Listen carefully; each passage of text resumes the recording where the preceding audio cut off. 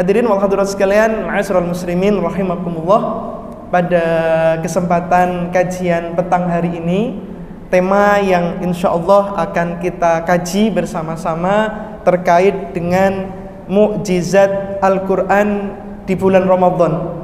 Yang secara lebih khusus kita akan membahas tentang keutamaan berinteraksi dengan Al-Qur'an. Sebagai pembuka, Bapak Ibu rahimakumullah, hadirin wal hadirat sekalian, bulan Ramadan merupakan bulan yang memiliki banyak nama ataupun sebutan. Dan para ulama memberikan kaidah kasratul asma'i dalalatun ala syarafil musamma, yang artinya ketika ada sesuatu, suatu istilah mendapatkan banyak julukan, banyak sebutan, tadullu ala syarafil musamma, maka hal itu menunjukkan bahwasanya sesuatu yang dinamai tersebut adalah sesuatu yang sangat mulia. Sehingga teman-teman hadirin wal hadirat sekalian rahimakumullah, kita mendapati banyak julukan dari bulan Ramadan yang teman-teman tentu sudah sangat menghafalkannya. Ada Syahrus Syam, yakni bulan puasa. Kemudian ada Syahrul Qiyam, bulan Ramadan adalah bulan di mana kita di malam harinya melakukan Qiyamul Ramadan, menjalankan sholat tarawih. Kemudian bulan Ramadan juga disilahkan dengan Syahrus Sabr, bulan kesabaran, di mana di dalamnya kita dilatih oleh Allah, ditraining oleh Allah untuk menjadi pribadi muslim yang penyabar. Bulan Ramadan juga disebut atau diistilahkan dengan Syahrul Jud, yakni bulan penuh dengan pemberian dan kedermawanan, di mana di bulan Ramadan ini kita pun diperintahkan untuk memperbanyak bersedekah, memberi kepada mereka yang membutuhkan, ada membayar zakat di dalamnya dan seterusnya. Nah, salah satu di antara sebutan ataupun istilah dari bulan Ramadan juga diistilahkan dengan Syahrul Qur'an, yakni bulan Al-Qur'an. Nah, hal ini bisa kita pahami dikarenakan Al-Qur'an itu turun di bulan Ramadan, sebagaimana firman Allah yang terdapat dalam Quran surat Al-Baqarah ayat 185. Allah berfirman, a'udzubillahi minasyaitonirrajim, syahrur ramadhan alladzi unzila fihil Qur'an, bulan Ramadan alladzi unzila fihil Qur'an, yang di dalamnya diturunkan Al-Qur'an. Nah, oleh karena itu bulan Ramadan diistilahkan juga dengan Syahrul Qur'an. Nah, para hadirin wal hadirat sekalian rahimakumullah, seorang ulama yakni Syekh Mansur As-Salimi dengan ungkapan yang sangat indah memberikan suatu penjelasan dengan iktibar, dengan ibarah yang ia sebutkan, kullu syai'in yartabitu bil Qur'an asbaha adiman. Kata beliau, segala sesuatu yang terkait ataupun berhubungan dengan Al-Qur'an asbaha adiman, pasti yang terkait itu akan menjadi besar, akan menjadi mulia. Ini tentu dikarenakan luar biasanya Al-Qur'an, mulianya Al-Qur'an, agungnya Al-Qur'an. Nah, beliau menyebutkan malaikat yang dengannya diturunkannya Al-Qur'an. Malaikat siapa? Teman-teman sekalian, malaikat Jibril. Maka malaikat Jibril menjadi malaikat yang paling utama, pemimpin dari para malaikat, Sayyidul Malaikah. Ini dikarenakan malaikat Jibril adalah malaikat yang kewajibannya memberikan wahyu, termasuk Al-Qur'an, wahyu Al-Qur'an, maka menjadi Sayyidul Malaikah. Kemudian Nabi, yang mana Nabi tersebut diturunkan kepadanya Al-Qur'an, menjadi Sayyidul Anbiya'i wal Mursalin, Nabi yang paling mulia, menjadi pemimpin para nabi-nabi yang ada. Siapakah beliau? Nabi Muhammad sallallahu alaihi wasallam. Kemudian umat, yang dituju untuk diwahyukan kepada mereka Al-Quran pun demikian menjadi umat yang terbaik, khairul umam. Siapakah mereka itu? Insya Allah kita umatnya Nabi Muhammad sallallahu alaihi wasallam menjadi khairul ummah. Kemudian bulan yang mana di dalamnya diturunkannya Al-Quran, yakni bulan apa? Teman-teman sekalian, jamaah sekalian rahimakumullah, bulan Ramadan. Maka ia menjadi sayyidus syuhur, pemimpin dari bulan-bulan yang ada, bulan-bulan yang terbaik dari 12 bulan yang ada. Kemudian malam, yang mana di malam itu diturunkan Al-Quran, maka menjadi malam yang terbaik, khairul layali.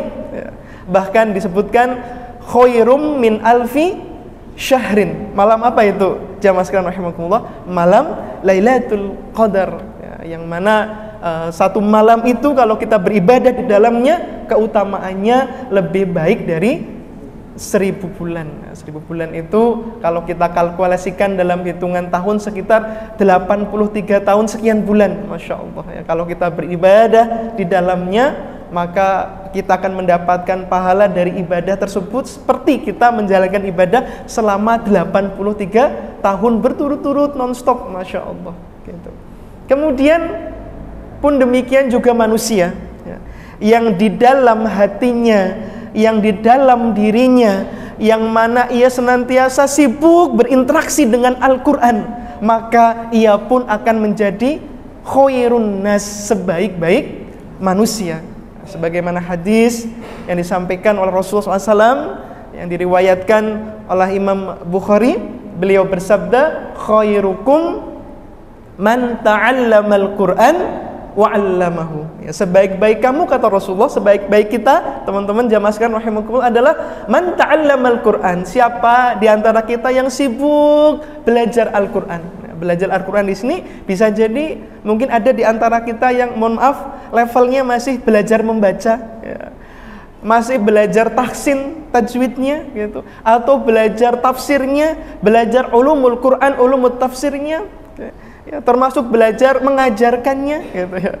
Wa'allamahu, dan siapa di antara kita yang sudah bisa membaca, sudah bisa tajwidnya, sudah bisa tahsinnya, sudah bisa tafsirnya, kemudian mengajarkannya. Kata Rasulullah, merekalah yang terbaik di antara semua manusia. Nah, dari sini bisa kita simpulkan sebagaimana pendapat ataupun perkataan dari Syekh Mansur As-Salimi, segala sesuatu siapapun itu ya, yang kemudian berinteraksi, berhubungan dengan Al-Quran, maka akan menjadi mulia, sebagaimana ya tadi mulianya Al-Quran yang sangat besar berpengaruh kepada segala sesuatu yang berhubungan dengannya. Nah, hal ini pun senada dengan sabda Rasulullah SAW dalam sebuah hadis sahih yang diriwayatkan oleh Imam Muslim. Beliau bersabda, innallaha yarfa'u bihadzal kitabi aqwaman wa yadh'u bihi akharin ya.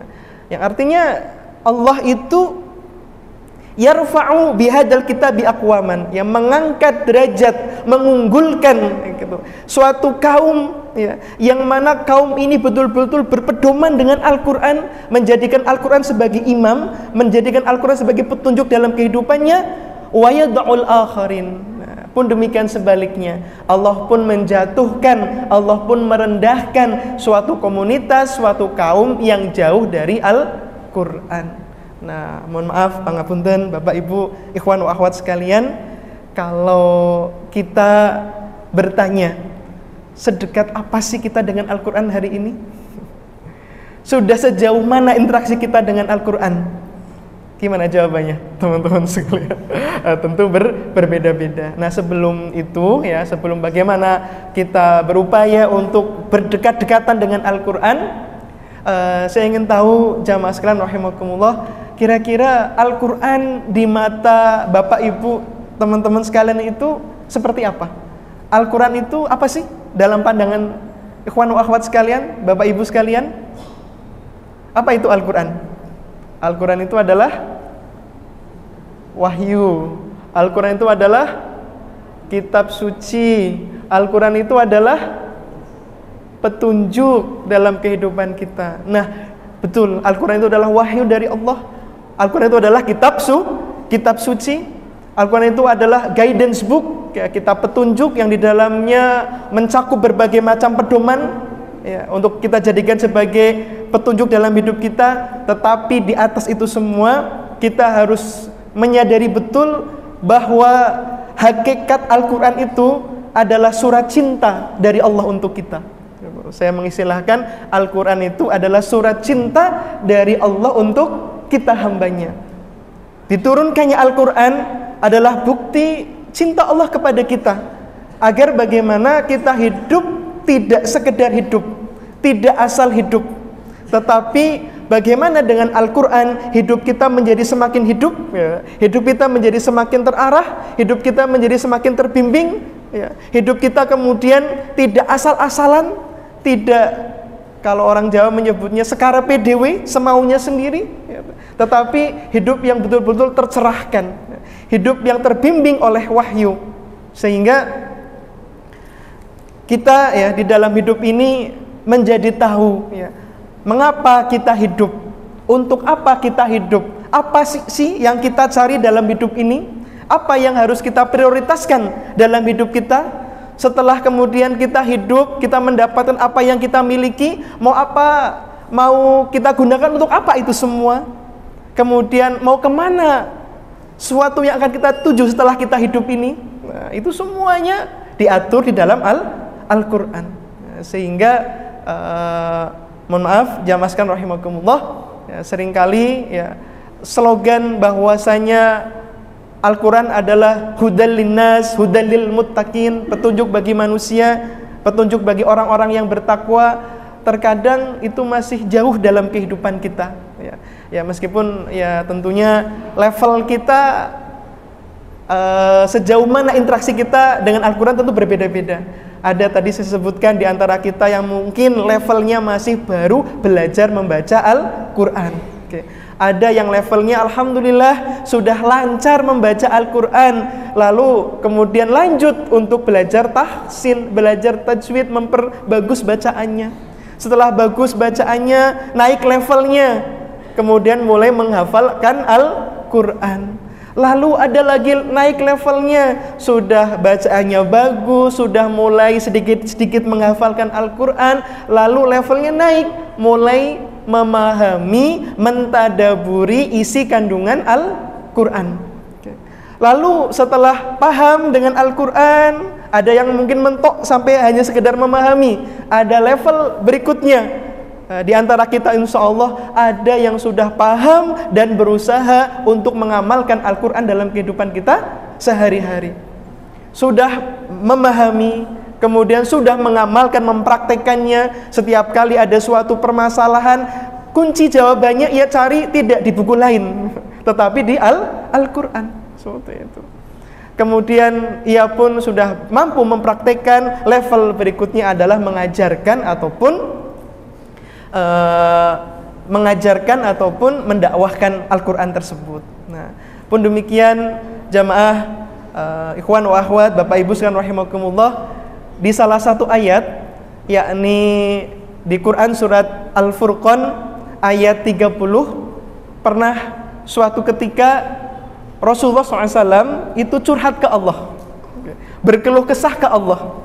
Wa qala rasulu ya Rabbi inna qaumi ittakhadhu hadzal qur'ana mahjura. Kata Rasulullah, wahai Allah, wahai Tuhanku, inna qaumi ittakhadhu hadzal qur'ana mahjura. Sesungguhnya umatku, kaumku itu ittakhadhu hadzal qur'an, menjadikan Al-Qur'an ini mahjura, sesuatu yang ditinggalkan.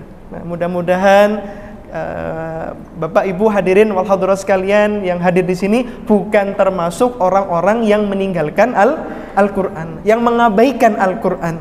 Karena penjelasan dari para ulama ketika menafsirkan ayat ini, siapa di antara kita yang baru bisa membaca, sudah membacanya tapi tidak berupaya untuk mentadaburinya, itu juga termasuk orang yang meninggalkan Al-Quran.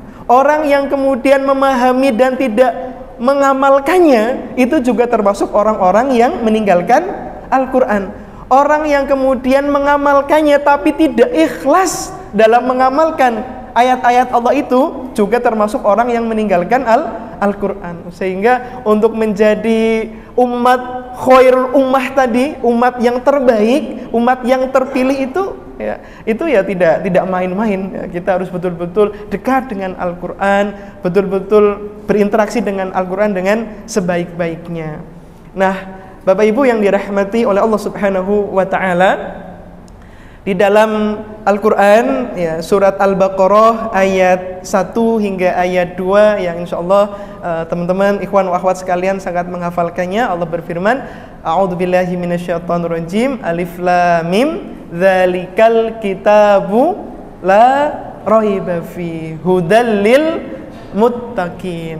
Jadi Masya Allah, di surat yang kedua, yakni surat Al-Baqarah ya, Allah mengawalinya dengan harful muqatta'ah ya, huruf yang diputus-putus, alif, lam, mim. Terkadang ketika itu orang kafir Quraisy ya, saat turun Quran surat Al-Baqarah ayat yang pertama, mereka itu menghina Rasulullah, menghina orang-orang Islam.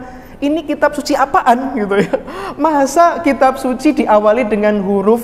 Emang huruf itu ada maknanya, ada artinya, Masya Allah gitu. Lalu di ayat yang kedua, dzalikal kitabu la raiba fi. Lalu Allah pun jawab keraguan itu, ini kitab Al-Quran ini la raiba fi, tidak ada keraguan di dalamnya. Ini mohon maaf, di antara jamaah sekalian, di antara kita, ada nggak yang masih meragukan kebenaran dari isi Al-Quran? Sudah beriman semua? Membenarkannya semua? Insya Allah ya. Oke, saya uji.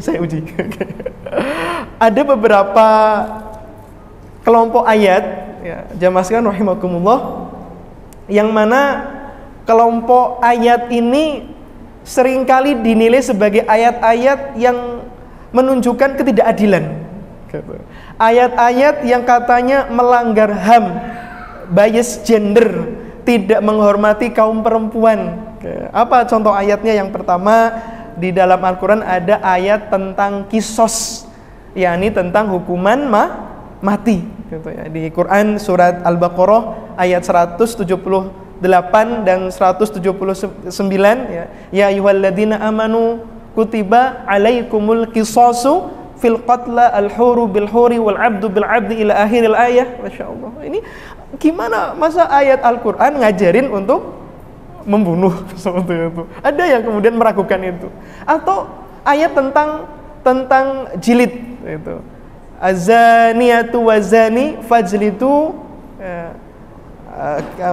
fajlidu kilahuma mi'ata jaldah gitu ya. Seorang perempuan pezina dan juga laki-laki ketangkep seperti itu ya, dan mereka berzina dan belum menikah maka kemudian dijilid, dicambuk sebanyak 100 kali. Wah, gimana ini? Masa ayat Al-Quran mengajarkan tentang kekerasan gitu. Atau ada ayat, nah ini yang sensitif bagi perempuan, loh kok Al-Quran membolehkan poligami misalkan. Ini teman akhwat, jamaah ibu-ibu termasuk yang menerima poligami atau menolak poligami ibu-ibu? gitu ya. Ya nggak menolak ayatnya sih Ustaz, tapi saya nggak mau seperti itu. Nggak masalah gitu. Tapi jangan kemudian sampai beranggapan ayat Al-Quran ada yang nggak relevan gitu ya. Ayat Al-Quran ada yang tidak ramah dengan perempuan ya. Poligami itu ya emergency exit gitu ya, darurat ya. Tetapi saya sendiri belum siap untuk dipoligami dan nggak mau. Tetapi nggak apa-apa punya pendirian seperti itu, tapi jangan sampai menolak ayat Al-Quran karena ayatnya jelas gitu ya. Di dalam Quran surat An-Nisa ayat 3. Monggo bapak-bapak, mas-mas dihafal surat An-Nisa ayat 3 gitu ya. Fa in hiftum fankihu ma tabalakum minan nisa'i mathna wa thulatha wa ruba gitu ya. Itu ada ayatnya seperti itu. Dan juga ayat-ayat yang lainnya ya, yang dianggapnya ini tidak adil ya, padahal Allah menyebutkan dzalikal kitabu la raiba fi, tidak ada keraguan di dalamnya dan di dalamnya ada kemaslahatan ya. Kita mungkin secara sepintas ya menganggap ayat-ayat tersebut tidak adil, tidak ramah perempuan, sepintas saja. Tetapi kalau kita dalami, kita pahami, lihat konteksnya, lihat asbabun nuzulnya, seluruh ajaran agama Islam itu rahmatan lil alamin. Semuanya itu ya penuh dengan cinta, kasih sayang, tidak ada yang kemudian diinjak-injak, tidak ada yang kemudian dicela dan dihina dengan ajaran Al-Qur'an. Nah, karena waktu yang terbatas, kita langsung ke bagaimana ya interaksi kita dengan Al-Qur'an. Oke.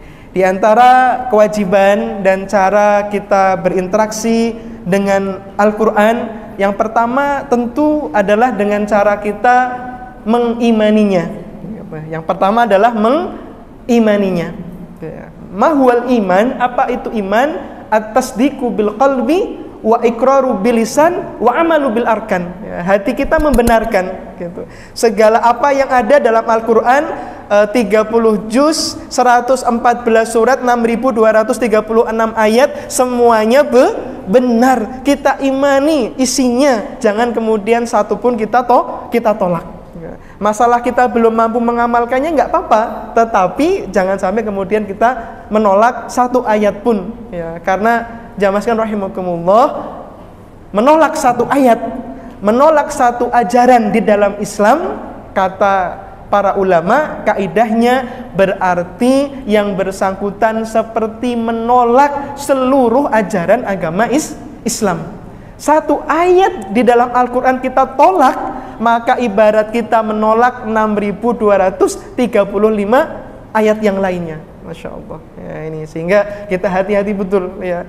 Sehingga iman kepada Al-Quran, iman kepada kitab Allah termasuk rukun iman yang keberapa jamaah sekalian? Yang ketiga. Ketika akhbirni anil iman ya, hadis yang menerangkan tentang Jibril mengajarkan tentang Islam, iman dan ihsan kepada Rasulullah. Ketika Rasul ya ditanya oleh malaikat Jibril, wahai Rasulullah, ya, akhbirni anil iman, ya, kabarkanlah kepada kami iman itu apa. Kemudian Rasul pun menjawab, antu'mina billahi wa malaikatihi. Kemudian yang ketiga, wa kutubihi. Ya, kita beriman kepada kitab-kitab Allah. Ya, jadi meskipun kita beragama Islam, tapi kita juga menerima kitab-kitab ya, yang diturunkan oleh Allah ya kepada nabi-nabi sebelum Nabi Muhammad. Kita mengimani ada kitab namanya Zabur, ada kitab namanya Injil, ada kitab namanya Taurat. Kita terima itu semua. Pun demikian, ya, kita umatnya Nabi Muhammad hanya diwajibkan untuk menjalankan isi yang ada di dalam Al-Qur'an.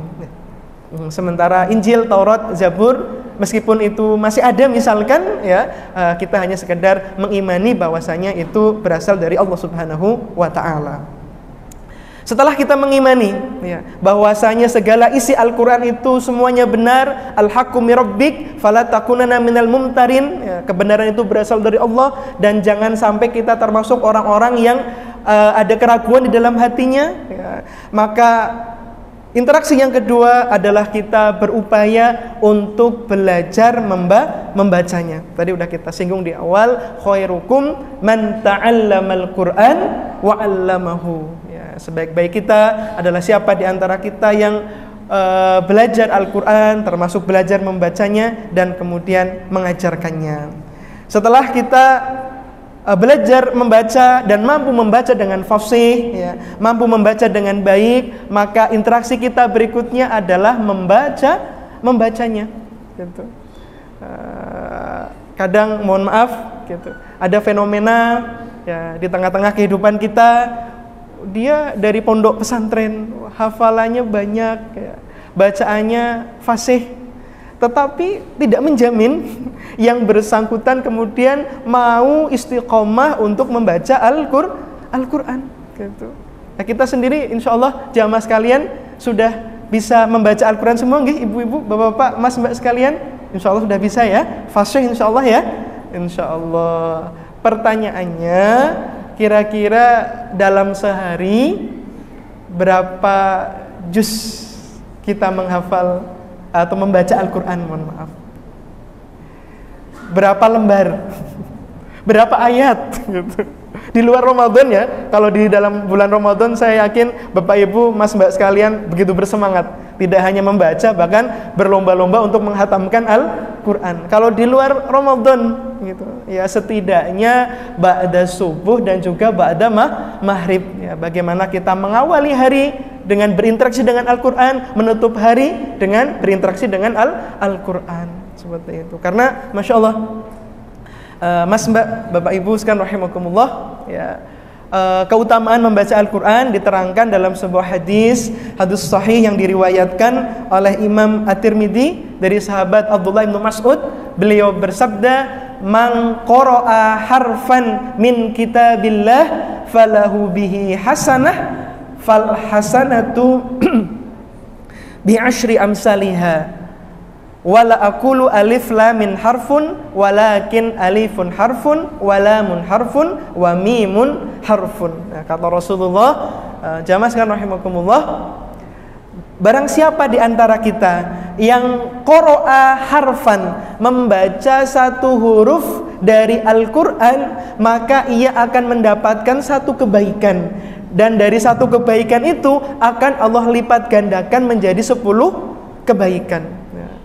Kebaikan itu apakah hanya dalam arti pahala? Bapak Ibu rahimakumullah, tidak mesti ya. Kebaikan itu ya bisa suatu hal yang baik yang kita dapatkan dalam kehidupan kita.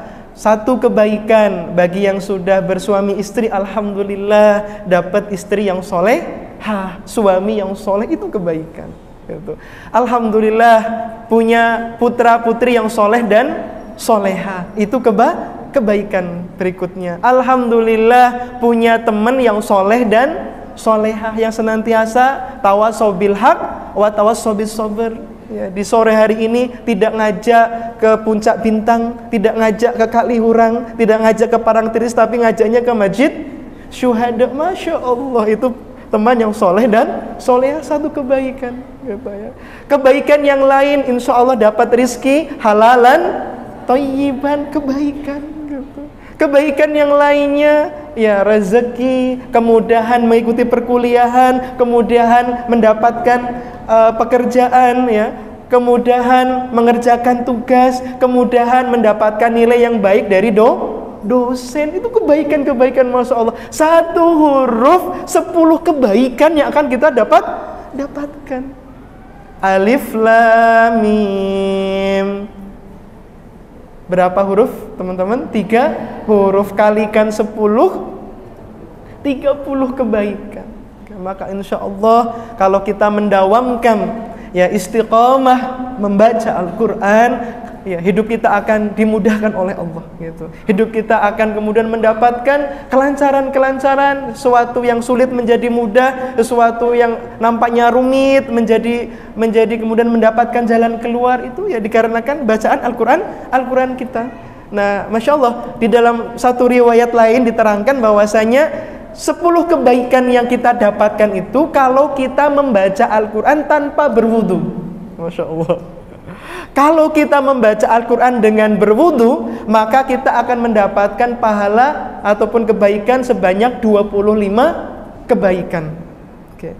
Kalau kita membaca Al-Quran saat sholat, maka kita satu hurufnya akan mendapatkan 100 kebaikan. Maka jamaah Bapak Ibu Mas Mbak sekalian, kalau imamnya bacaannya panjang-panjang, alhamdulillah. Jangan malu, waduh iki piye gitu kan, lama sekali dan sebagainya. Jadi semakin banyak huruf yang dibaca ya, semakin banyak kebaikan dan pahala yang kita dapatkan. Masya Allah. Bahkan dalam satu hadis ya, hadis sahih yang diriwayatkan oleh Imam Muslim, ada seorang sahabat yang bertanya, wahai Rasulullah, pahala kita membaca Al-Quran di dalam sholat itu seperti apa? Beliau pun menjawab, qala Rasulullah sallallahu alaihi wasallam, ayuhibbu ahadukum idza raja'a ila ahlihi ayyajida fihi salasa khalifatin adimin simanin? Qulna na'am. Qala fasalasu ayatin yaqra'u bihin ahadukum min salatihi khairul lahu. Masya Allah. Jadi ada sahabat yang bertanya, "Wahai Rasulullah, pahala yang kita dapatkan ketika membaca Al-Quran di dalam sholat itu seperti apa?" Beliau menggambarkan, kira-kira ada nggak di antara kalian yang senang ketika pulang ke rumah, di rumah ada 3 unta betina yang gemuk-gemuk dan sedang hamil gitu. Maka kata Rasulullah, 3 potongan ayat yang kita baca saat sholat itu lebih baik dari 3 unta betina yang hamil dan gemuk seperti itu, Masya Allah. Jadi semakin banyak ayat yang kita baca, ya hakikatnya kita akan mendapatkan banyak sekali unta-unta gitu ya. Tentu pahala dan kebaikan lebih baik daripada unta-unta tersebut, Masya Allah. Nah, ini keutamaan dari membaca Al-Quran. Nah, kemudian disebutkan pula di dalam sebuah hadis sahih yang diriwayatkan oleh Imam Bukhari dan juga Imam Muslim, Rasulullah SAW bersabda, "Iqra'ul Qur'ana fa innahu ya'ti yaumal qiyamati syafi'an li ashabih." Kata Rasulullah, bacalah Al-Quran, karena sesungguhnya Al-Quran itu nanti di saat kita telah meninggal dunia, terjadi hari kiamat, kita dibangkitkan, lalu dikumpulkan di padang mahsyar, satu persatu di antara kita nanti akan diadili, dihisab di hadapan Allah. Pada saat itu selain Allah, Rasulullah, ada amalan yang bisa memberikan syafaat kepada kita. Tidak lain dan tidak bukan adalah apa, teman-teman sekalian? Bacaan Al-Quran kita, ya, Masya Allah. Maka kadang sedih kalau di WhatsApp kita ngelihat WhatsApp temen, mohon maaf, last send gitu ya, terakhir dilihat 2 menit yang lalu, 5 menit yang lalu, 10 menit yang lalu, bahkan online terus gitu ya. Bacaan WhatsApp kita nanti nggak datang di hari kiamat, teman-teman. Kita scrolling Instagram, Facebook, berpage-page, ya, berjam-jam, gitu. Nggak akan datang untuk menolong kita di hari kiamat. Tetapi yang akan setia datang ke kita untuk memberikan syafaat adalah bacaan Al-Quran kita yang seringkali kita malas untuk membacanya. Gitu. Yang seringkali kita enggan, bahkan mungkin panas, jangan sampai ya baca Quran malah panas seperti itu, berarti ada sesuatu seperti itu, Masya Allah gitu. Itu maka ini tentu menjadi muhasabah buat kita agar kemudian lebih memperbanyak membaca Al-Quran. Kemudian jamaah sekalian rahimakumullah, ya, di dalam hadis lain, ya, Rasulullah SAW juga memberikan motivasi kepada kita untuk membaca Al-Quran, ya, dengan sabdanya yang berbunyi, "Innalladzi laisa fi jawfihi syai'um minal Qur'an kal baitil harabi." Masya Allah. Jadi kata Rasulullah, siapa di antara kita jamaah rahimakumullah yang dari tenggorokannya, dari lisannya tidak pernah keluar suara membaca Al-Quran, kal baitil harabi, maka dia itu seperti rumah yang roboh, rumah yang kosong, rumah yang rusak. Kalau rumah yang kosong biasanya isinya apa, teman-teman sekalian? Setan, jin, gendruwo, dan Masya Allah gitu ya. Yaitu kadang orang hidupnya merasa panas, merasa tidak tenang, ya mungkin dikarenakan dia jarang membaca Al-Quran. Sehingga di hadis yang lain, hadis riwayat Bukhari dan juga Muslim, beliau bersabda, "La taj'alu buyutakum maqabir." Masya Allah, janganlah kamu menjadikan rumah-rumah kalian itu seperti makbaroh, seperti kuburan. Maka kos-kosan, kontrakan, rumah yang nggak pernah di dalamnya digunakan untuk sholat, tentu sholat sunnah seperti itu, dan juga bacaan Al-Quran di dalamnya, maka ya kalau banyak gangguan jin apa dan sebagainya, ya maklum, Masya Allah gitu. Ataupun disebutkan pula dalam hadis yang diriwayatkan oleh Imam Hakim, beliau bersabda, "Inna azharul buyutil ladzi laisa fihi kitabullah." Masya Allah. Jadi rumah, ya, yang di dalamnya tidak ada Al-Quran, dalam arti jarang dibacakan Al-Quran di dalamnya, maka orang penghuninya itu akan merasa rumahnya itu sempit, sumpek seperti itu. Padahal ya rumahnya nggak sempit-sempit amat, rumahnya cukup lebar, cukup luas, segala perabot yang ada di dalamnya semuanya ada, fasilitas semuanya tercukupi, tetapi kok kalau di rumah rasa-rasanya kok nggak pernah nyaman, nggak pernah tentram, suami istri cekcok, ya, anak orang tua ya banyak bertengkar gitu ya, di kontrakan, di kamar kos mungkin suka marah-marahan ya, berantem sama teman kosnya, teman kontrakannya, ya mungkin itu disebabkan karena si penghuninya jauh dari Al-Qur'an. Masya Allah, ini tentu menjadi muhasabah buat kita juga untuk lebih banyak membaca Al-Qur'an. Nah, kemudian jamaah sekalian yang dirahmati oleh Allah Subhanahu wa taala, ya, setelah kita mampu untuk membacanya dengan baik, membaca saja tidak cukup, lalu kemudian harus kita ikuti dengan upaya untuk memahami ataupun mentadaburi makna ataupun isi kandungan Al-Qur'an. Masya Allah, di banyak ayat di dalam Al-Qur'an, Bapak Ibu rahimakumullah, Allah menyindir kita lebih tepatnya gitu ya.